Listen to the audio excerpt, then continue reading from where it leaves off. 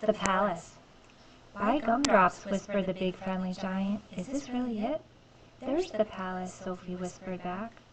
Not more than 100 yards away, through the tall trees in the garden, across the mown lawn and the tidy flower beds, the massive shape of the palace itself loomed through the darkness. It was made of whitish stone. The sheer size of it staggered the BFG. "But this place is having 100 bedrooms at least," he said. "Easily, I should think," Sophie whispered. "Then I is boggled," the BFG said. "How was I possibly finding the one where the queen is sleeping?" "Let's go a bit closer and have a look," Sophie whispered. The BFG glided forward among the trees. Suddenly he stopped dead. The great ear in which Sophie was sitting began to swivel around. "Hey," Sophie whispered. "You're going to tip me out." "Shh," the BFG whispered back. "I is hearing something." He stopped behind a clump of bushes. He waited. The ear was still swinging this way and that. Sophie had to hang on tight to the side of it to save herself from tumbling out. The BFG pointed through a gap in the bushes, and there, not more than 50 yards away, she saw a man paddling softly across the lawn. He had a guard dog with him on a leash. The BFG stayed as still as a stone. So did Sophie. The man and the dog walked on and disappeared into the darkness. "You was telling me they has no soldiers in the back garden," the BFG whispered. "He wasn't a soldier," Sophie whispered. "He was some sort of a watchman. We'll have to be careful." "I is not too worried," the BFG said. "These waxy big ears of mine is picking up even the noise of a man breathing the other side of this garden." "How much longer before it begins to get light?" Sophie whispered. "Very short," the BFG said. "We must go pell-mell for leather now." He glided forward through the vast garden, and once again Sophie noticed how he seemed to melt into the shadows wherever he went. His feet made no sound at all, even when he was walking on gravel. Suddenly they were right up close against the back wall of the great palace. The BFG's head was level with the upper windows 1 flight up, and Sophie, sitting in his ear, had the same view. In all of the windows on that floor the curtains seemed to be drawn. There were no lights showing anywhere. In the distance they could hear the muted sound of traffic going round Hyde Park Corner.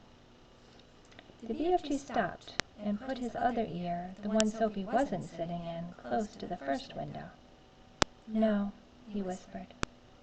"What are you listening for?" Sophie whispered back. "For breathing," the BFG whispered. "I is able to tell if it is a man-human being or a lady by the breathing voice. We has a man in there, snarling a little bit too." He glided on, flattening his tall, thin, black-cloaked body against the side of the building. He came to the next window. He listened. "No," he whispered. He moved on. "This room is empty," he whispered. He listened in at several more windows, but at each one he shook his head and moved on.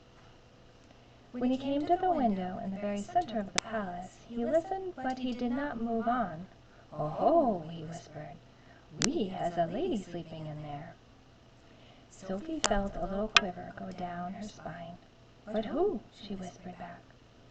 The BFG put a finger to his lips for silence. He reached up through the open window and parted the curtains ever so slightly.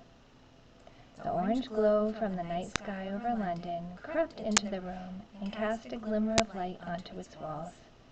It was a large room, a lovely room, a rich carpet, gilded chairs, a dressing table, a bed, and on the pillow of the bed lay the head of a sleeping woman.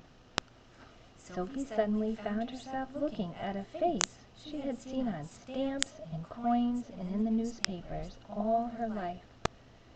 For a few seconds she was speechless. "Is that her?" the BFG whispered. "Yes," Sophie whispered back. The BFG wasted no time. First, and very carefully, he started to raise the lower half of the large window.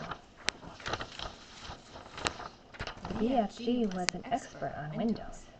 He had opened thousands of them over the years to blow his dreams into children's bedrooms. Some windows got stuck, some were wobbly, some creaked. He was pleased to find that the Queen's window slid upward like silk.